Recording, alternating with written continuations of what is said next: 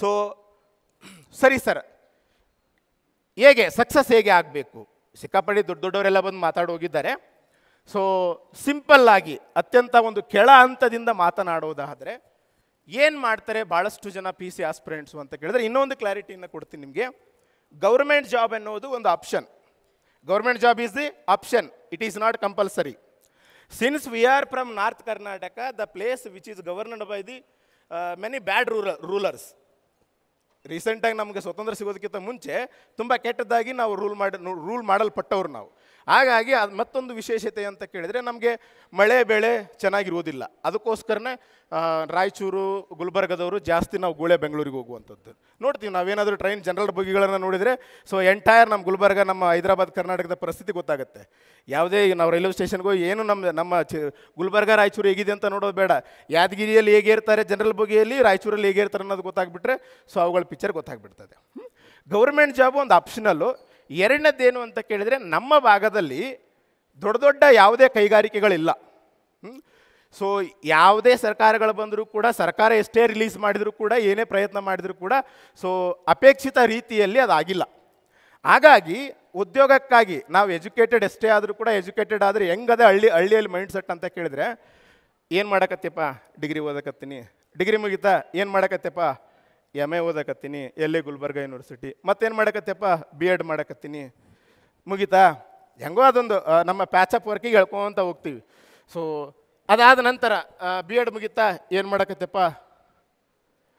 ಕೇಳಿದ್ದೇ ಕೇಳ್ತಾರೆ. ನೀವು ಬೇಕಿದ್ರೆ ನಿಮ್ಮ ಹಳ್ಳಿಗೆ ಹೋಗಿ ನೋಡ್ರಿ. ನೀವು ಡಿಗ್ರಿ ಇದ್ದಾಗ ಒಂದಿನ ಊರಿಗೆ ಹೋಗ್ರಿ. ಯಾವಾಗ ಬಂದ್ರಿ? ಅಮ್ಮ ಇವತ್ತು ಬಂದೀನಿ. ಆರಾಮಿದೆ? ಆರಾಮಿದ್ದೀನಿ. ಯಾವಾಗ ಹೋಗ್ತಿ?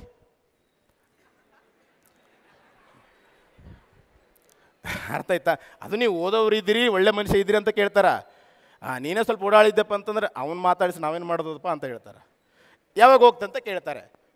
B.Ed ಆಯ್ತಾ? B.Ed ಆದಮೇಲೆ ಏನು ಮಾಡ್ಲತ್ತಿ? ಕೆಲಸ ಮಾಡಕತ್ತೀನಿ. ಯಾವ ಕೆಲಸ? ಗೌರ್ಮೆಂಟಾ ಪ್ರೈವೇಟಾ? ಪ್ರೈವೇಟಾ? ಅದು ಸಿಕ್ಕಾಪಟ್ಟಿ ಸಂಬಳ ಇರ್ತದೆ, ಸಿಕ್ಕಾಪಟ್ಟಿ ಫೆಸಿಲಿಟೀಸ್ ಇರ್ತದೆ. ITಯಲ್ಲಿ ಮಾಡ್ತಿರ್ತಾರೆ. ಪ್ರೈವೇಟ್ ಯಾವತ್ತು ಜಾಬ್ ಹೋಗುತ್ತಂತ ಗೊತ್ತಿಲ್ಲ. ಅವ್ರ ಮನೆಯಲ್ಲಿ ಸಿಕ್ಕಾಪಟ್ಟಿ ಎಜುಕೇಟೆಡ್ ಇರ್ತಾರೆ. ಬಾಸ್ ಮನೆದವರಾದ್ರೂ ನಾನ್ ಸೆನ್ಸ್ ಕ್ರಿಯೇಟ್ ಮಾಡಿರ್ತಾರೆ. ಅದೇನು ಪ್ರೈವೇಟ್ನಂತ. ನಂಬಲ್ಲಿ ಅದನ್ನಲ್ಲ, ಪೊಲೀಸ್ ಅದನವ, ಅವ್ನ ನೌಕರಿ ಏರಿಕೆ ಅಂತ ಹೋಗುತ್ತೆ. ಇವ್ರದ್ದು ಯಾವಾಗ ಹೋಗುತ್ತಂತ ಗೊತ್ತಿಲ್ಲ. ಅದರಾಗ ಈ ಕೋವಿಡ್ ಬಂದ ಮೇಲಂತೂ ಇನ್ನಷ್ಟು ಜಾಸ್ತಿ ಕ್ರಿಯೇಟ್ ಮಾಡಿಬಿಟ್ಟದೆ. ಸೊ ನಮ್ಮ ಗ್ರಾಮೀಣ ಭಾಗದಲ್ಲಿ ಅನ್ನೋದಕ್ಕಿಂತ ನಮ್ಮ ಭಾಗದಲ್ಲಿ ಹೇಗಿದೆ ಅಂದರೆ, ನೀನು ಒಂದು ಡಿಗ್ರಿ ಮುಗಿಸಿದೆಯಾ ಅಂತ ಕೇಳಿದ್ರೆ ನೀನು ಜಾಬ್ ಆಗಿರ್ಬೇಕು. ಗೌರ್ಮೆಂಟ್ ಜಾಬ್ ಆಗಿತ್ತು ಅಂತ ಕೇಳಿದ್ರೆ ಪರವಾಗಿಲ್ಲಪ್ಪ, ಅಪ್ಪ ಅಮ್ಮ ಕಷ್ಟಪಟ್ಟು ಓದಿಸಿದ್ದಕ್ಕೂ ಕೂಡ ಮಗ ಮಗಳು ಮಾಡ್ಕೊಂಡು ತಿನ್ನಕತ್ತಾರ ಅಂತ ಕರೀತಾರೆ. ಇಲ್ಲಂತಂದ್ರೆ ಅದು ಬೇರೆದು ಏನೇ ಮಾಡ್ರಿ ನೀವು, ಕೈಲಾಗ್ಲಾರ್ದು ಬಂದು ಊರಾಗ ಏನೋ ಮಾಡಕತ್ತೈತೆ ನೋಡು, ಏನೇ ಮಾಡ್ರಿ ನೀವು. ಈ ಥರ ಮೈಂಡ್ ಸೆಟ್ ಅದ. ಈಗ ಎಲ್ಲರ ಮೈಂಡ್ ಸೆಟ್ ಅಂತೂ ಚೇಂಜ್ ಮಾಡೋಕ್ಕಾಗಲ್ಲ. ಅದು ಆಮೇಲೆ ಅಟ್ಲೀಸ್ಟ್ ನಮ್ಮ ಮೈಂಡ್ ಸೆಟ್ ಆದರೂ ನಾವು ನೋಡ್ಕೋಬೇಕಲ್ಲ. ಸೊ ಸರಿಯಪ್ಪ, ನಾವು ತುಂಬ ರಿಚ್ ಫ್ಯಾಮ್ಲಿಯಿಂದ ಬಂದಿದ್ದೀವಿ, ನಮಗೆ ಸಿಕ್ಕಾಪಟ್ಟಿ ದುಡ್ಡಿದೆ, ಸ್ವಂತ ವ್ಯವಹಾರ ಮಾಡ್ಕೋಬೋದು. Self employment is the first option. ಆ ಸೆಲ್ಫ್ ಎಂಪ್ಲಾಯ್ಮೆಂಟ್ ಭಾಳಷ್ಟು ಉದ್ಯೋಗವನ್ನು ಜನ್ರೇಟ್ ಮಾಡುತ್ತೆ. ಎರಡನೇದೇನು ಅಂತ ಕೇಳಿದರೆ, ಎರಡನೇ ಆಪ್ಷನ್ನು ಇದಕ್ಕೆ ಬರಬೇಕು. ಇಲ್ಲಿ ಗೌರ್ಮೆಂಟ್ ಜಾಬ್ಗಳಲ್ಲಿ ಎಕ್ಸ್ಪೀರಿಯನ್ಸ್ ಮಾಡ್ಕೋಬೇಕು. ಆಯಿತಾ, ಓಕೆ. ಆಗಿಲ್ಲ ಅಂತ ಕೇಳಿದರೆ ನಾನೇ ಚೆನ್ನಾಗಿ ವರ್ಕ್ ಮಾಡಿಲ್ಲ ಅಂತಕೊಂಡ್ಬಿಟ್ಟು ಪ್ರೈವೇಟಲ್ಲಿ ಸಿಕ್ಕಾಪಟ್ಟೆ ಅಪಾರ್ಚುನಿಟೀಸ್ ಇರ್ತವೆ. ಹಾಗಾಗಿ ಫಸ್ಟ್ ನಾವು ಈ ಪೊಲೀಸ್ ಡಿಪಾರ್ಟ್ಮೆಂಟಿಗೆ ಬರುವಂಥವ್ರು ಯಾರು ಕೂಡ ಶ್ರೀಮಂತರ ಮಕ್ಕಳಲ್ಲ. ಇದಂತೂ ರಿಯಾಲಿಟಿ. ಒಂದು ಮಿಡಲ್ ಲೆವೆಲ್ಲು, ಇನ್ನೊಂದು ಲೋವರ್ ಲೆವೆಲ್. ಅಷ್ಟೇ ಬೆಳೆದ್ರೆ ಆ ವರ್ಷ ಊಟ ಮಾಡಬೇಕು. ಇಲ್ಲಪ್ಪ ಅಂತ ಕೇಳಿದ್ರೆ ಬೆಂಗಳೂರಿಗೆ ಹೋಗಿ ದುಡ್ಕೊಂಬರ್ಬೇಕು, ಇಲ್ಲ ಅಪ್ಪ ಅಮ್ಮ ಮಾಡಿ ದುಡಿಬೇಕು. ಇಲ್ಲಾಂದರೆ ಸಣ್ಣ ನಾವೇನು ಮಿಡಲ್ ಲೆವೆಲ್ ಅಂತ ಹೇಳೋದು, ಪ್ರೈಮರಿ ಟೀಚರ್ ಮಕ್ಕಳು, ಕಾನ್ಸ್ಟೇಬಲ್ ಮಕ್ಕಳು, ಈ ಲೆವೆಲ್ಗೆ ನಾವು ಇರ್ತೀವಿ. ಸೊ ಹಾಗಾಗಿ ಫಸ್ಟು ಗೋಲ್ ಕ್ಲಾರಿಟಿ ಇರಬೇಕು. ನಾನು PSI ಆಗಕ್ಕೆ ಬಂದಿದ್ದೀನಿ. ಯಾಕೆ ಆಗಕ್ಕೆ ಬಂದಿದ್ದೀನಿ? ಇನ್ಸ್ಟಾಗ್ರಾಮಲ್ಲಿ ಫೇಸ್ಬುಕ್ಕಲ್ಲಿ ಯಾರೋ ಸಿಂಗಮ್ ಅಂತ ಸಾಂಗ್ ಹಾಕಿಬಿಟ್ಟಿದ್ರು, ನಾನು ಅವನಂಗೆ ಮೆರಿಬೇಕಾಗಿತ್ತು. ಗೋಲ್ ಕ್ಲಾರಿಟಿ ಅಲ್ಲ ಅದು, ನಂಬರ್ 1. ಕೆಲವೊಬ್ಬರಿಗೆ ಏನಿರ್ತದೆ 167.5 ಇರ್ತದೆ ಹೈಟ್, 167.5. ಅವ PSI ಇನ್ನು ಮುಂದೆ ಏನು ಮಾಡ್ತಾನೆ ಅನ್ನೋದು ಇವತ್ತೆಲ್ಲ ವಿಡಿಯೋ ಎಡಿಟ್ ಮಾಡಿರ್ತಾನೆ ಇದು ಹಾಕೋದಕ್ಕೆ. ಈಗ ನನಗೆ ಕೇಳ್ತಾರೆ, ಸರ್ ನಂದು 168 ಎಕ್ಸಾಕ್ಟ್ ಅದ ಸರ್, ಬರುತ್ತಾ ಇಲ್ಲ ಸರ್ ಅಂತ ಕೇಳ್ತಾನೆ. ಬರುತ್ತಪ್ಪ ಅಂತ ಹೇಳ್ತೀನಿ. ಇಲ್ಲ ಸರ್, ಲಾಸ್ಟ್ ಟೈಮ್ ಹೋಗಿದ್ದೆ 167.5 ಕೊಟ್ಟಾರ ಸರ್ ಅಂತ. ಮತ್ತು ಬರೋದಿಲ್ಲ. ಮತ್ತು ನನಗ ಬೈತಾನ, ಇವ ಬರೋದಿಲ್ಲ ಅಂತನಲ್ಲ, ಇವ ಅಂತವನಂತ. ಅಂದರೆ ಫಸ್ಟು ಹೈಟ್ ಐತಾ ಇಲ್ಲ. ಹೈಟ್ ಇಲ್ಲ ಅಂತಂದ್ರೆ ಅದು PSIನ ಪೊಲೀಸನ್ನ ಯಾಕೆ ಅನಿಸ್ಕೊಳ್ತೀರಿ? ಇಲ್ಲ ಸರ್, ನಾನು ಪೊಲೀಸೇ ಆಗಬೇಕು, ಪೊಲೀಸೇ ಆಗಬೇಕಾ, ಪೊಲೀಸ್ ಡಿಪಾರ್ಟ್ಮೆಂಟ್ಗೆ ಹೋಗ್ಬೇಕಾ? ಪೊಲೀಸ್ ಡಿಪಾರ್ಟ್ಮೆಂಟ್ಗೆ ಹೋಗ್ಬೇಕು ಅಂತ ಕೇಳಿದ್ರೆ FDA ಪೋಸ್ಟ್ ಅದ. FDA ಪೋಸ್ಟ್ಗಿನ ಆಗಿ ನಾವು ಪೊಲೀಸ್ ಡಿಪಾರ್ಟ್ಮೆಂಟ್ ತೊಗೊಂಡ್ರೆ ನೆಕ್ಸ್ಟು ಒಳ್ಳೆ ಪೋಸ್ಟ್ ಅದ ರೀ. ಅಲ್ಲಿ ಒಂದು ಅಡ್ಮಿನಿಸ್ಟ್ರೇಟಿವ್ ಆಫೀಸರ್ ತನಕ ಹೋಗ್ಬೋದು ರೀ. ಪೊಲೀಸರು ಯಾರಿಗೆ ಎದುರ್ತಾರ ಇಲ್ಲ ಗೊತ್ತಿಲ್ಲ. ಅಲ್ಲಿ ಪೊಲೀಸ್ ಇಲಾಖೆಯಲ್ಲಿ ಅಡ್ಮಿನಿಸ್ಟ್ರೇಟಿವ್ ಸ್ಟಾಫ್ ಅಂತ ಇರುತ್ತೆ ರೀ. ಅವಾರ್ಡ್ ಬಂದು ದೊಡ್ಡ ಹಾಕಲ್ರಿ ಅವ್ರಿಗೆ, ಪೊಲೀಸರಿಗೆ, ಸಬ್ ಇನ್ಸ್ಪೆಕ್ಟ್ರಿಗೆ ಯಾರಿಗೂ ನಮ್ಗೆ ಅವಾರ್ಡ್ ಬಂದಿರ್ತದೆ ರೀ. ಅದನ್ನು ಅಷ್ಟೇ ಕಳಿಸಲ್ರಿ ಅವರು.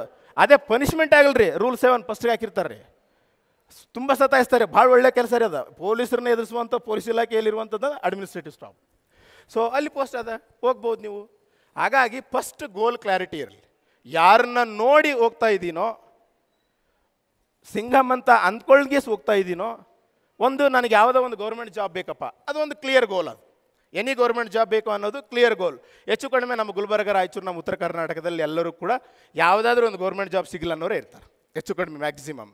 ಆಗಿದ್ದರೆ ನೋ ಪ್ರಾಬ್ಲಮ್. ಫಸ್ಟು ಯಾಕೆ ಭಾಳಷ್ಟು ಜನ ನಾವು ಈಗ ಭಾಳಷ್ಟು ಜನ ಕೇಳ್ತೀನಿ ನಾನು, ಸಕ್ಸಸ್ ಆದವನು ಒಂದು ಕತೆ ಹೇಳಿದ್ರೆ ಫೇಲಿಯರ್ ಆದವನು 100 ಕತೆಗಳಿರ್ತಾವೆ. ಒಳ್ಳೆಯದು. ನಾವೊಂದು ಓಲ್ಡ್ ಗಾದೆ ಅದ, ಸಕ್ಸಸ್ ಆದವನು ಬರೀ ಸಕ್ಸಸ್ ಸ್ಟೋರಿ ಹೇಳ್ತಾನೆ, ಫೇಲಿಯರ್ ಆದಂದ್ರೆ ತುಂಬ ಪಾಠ ಕಲಿಬೋದು ಅಂತ ಹೇಳ್ತೀವಿ. ಒಳ್ಳೆಯದು. ಒಳ್ಳೆ ವ್ಯಕ್ತಿ ಇದ್ನಂತಂದ್ರೆ ತುಂಬ ಪಾಠ ಕಲಿಬೋದು. ಅದ ನೆಗೆಟಿವ್ ವ್ಯಕ್ತಿ ಇದ್ನಂದ್ರೆ, ನಾನೇ 5 ವರ್ಷ ನಿಂದು ಓದಕತ್ತೀನಿ, ಇವತ್ತು ಬಂದು ಕುಂತನಪ್ಪ, ಕುಂತು 8 ದಿನ ಪಾಪ ಓದ್ತಿರ್ತಾನೆ, ಜಸ್ಟ್ ಡಿಗ್ರಿ ಆಗಿರ್ತದೆ, ಏನೋ ಒಂದು ಪಾಸಿಟಿವ್ ವೈಬ್ನಿಂದ ಬಂದು ಓದ್ತಿರ್ತಾನೆ, ಓದಿ ನೋಡ್ತಾನೆ, ಧಾರವಾಡಕ್ಕೆ ಹೋಗ್ನ ನೋಡ್ತಾನೆ, ಇಲ್ಲಿ ಲೈಬ್ರರಿಗಳು ಕುಂತು ನೋಡ್ತಾನೆ, 8 ತಾಸು ಓದಕತ್ತನ. ಏನೋ ಹೊಸ್ದಾಗಿ ಬಂದೇನು? 2015ರಿಂದ ಇದೀನ ಇಲ್ಲೇ.